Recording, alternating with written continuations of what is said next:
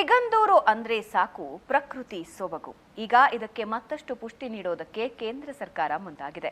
Sharavati ಹಿನ್ನೀರಿನಲ್ಲಿ water ಏರ್ಡ್ರೋಮ್ ಸ್ಥಾಪನೆಗೆ ವಿಮಾನಯಾನ ಸಚಿವಾಲಯ ಮುಂದಾಗಿದ್ದು ಪ್ರವಾಸಿಗರಿಗೆ ಮತ್ತಷ್ಟು ಸಂತಸ ಹೆಚ್ಚಿಸಿದೆ.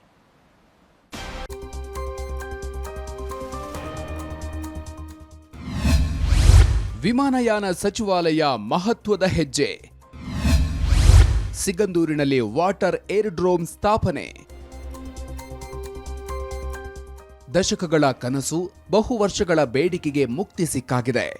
ದೇಶದಲ್ಲಿಯೇ ಅತಿ ಉದ್ದದ ಕೇಬಲ್ ಆಧಾರಿತ ಸಿಗಂದೂರು ಸೇತುವೆ ಉದ್ಘಾಟನೆ ಆಗಿದೆ. ಇದರ ಬೆನ್ನಲ್ಲೇ ಕೇಂದ್ರ ವಿಮಾನಯಾನ ಸಚಿವಾಲಯ ಮತ್ತೊಂದು ಮಹತ್ವದ ಹೆಜ್ಜೆ ಇಡೋದಕ್ಕೆ ಮುಂದಾಗಿದೆ.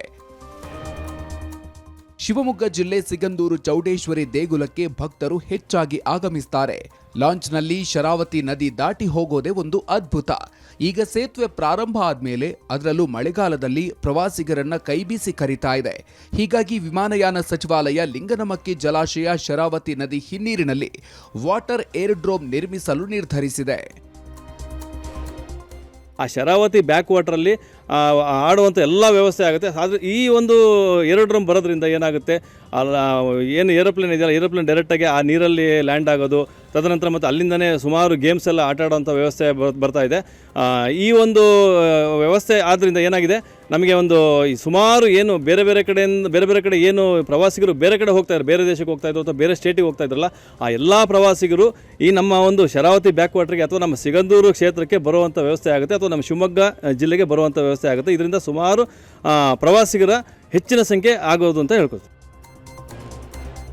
ಕರಾವಳಿ ಮತ್ತು ಮಲೆನಾಡು ಸೇರಿದಂತೆ ಕರ್ನಾಟಕದ 7 ಕಡೆ ಉಡಾನ್ ಯೋಜನೆ ಅಡಿ ವಾಟರ್ ಏರ್ಡ್ರೋಮ್ ಸ್ಥಾಪಿಸಲು ಕೇಂದ್ರ ವಿಮಾನಯಾನ ಸಚಿವಾಲಯದಿಂದ ಸ್ಥಳ ಗುರುತಿಸಿದೆ.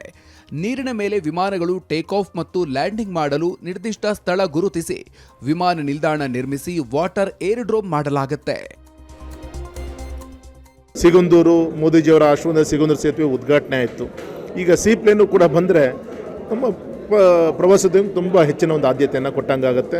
ಆ ಸಿಗಂದೂರು ಚೌಡೇಶ್ವರಿ ಆಶ್ರಮದಿಂದ ಆಗುತ್ತೆ ಅಂತ ನಂಗೆ ವಿಶ್ವಾಸ ಇದೆ. ಪರಿಸರ ಹಾನಿ ಎಂಬ ಕೂಗಿಲ್ಲ, ಜಾಗ ಇಲ್ಲ ಅನ್ನೋ ಹಾಗಿಲ್ಲ.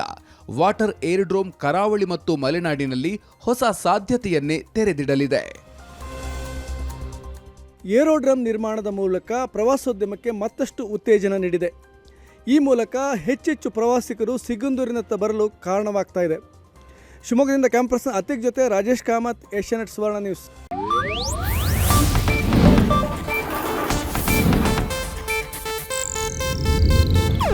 ಇದು ಏಷ್ಯಾನೆಟ್ ನ್ಯೂಸ್ ನೆಟ್ವರ್ಕ್ ಪ್ರಸ್ತುತಿ.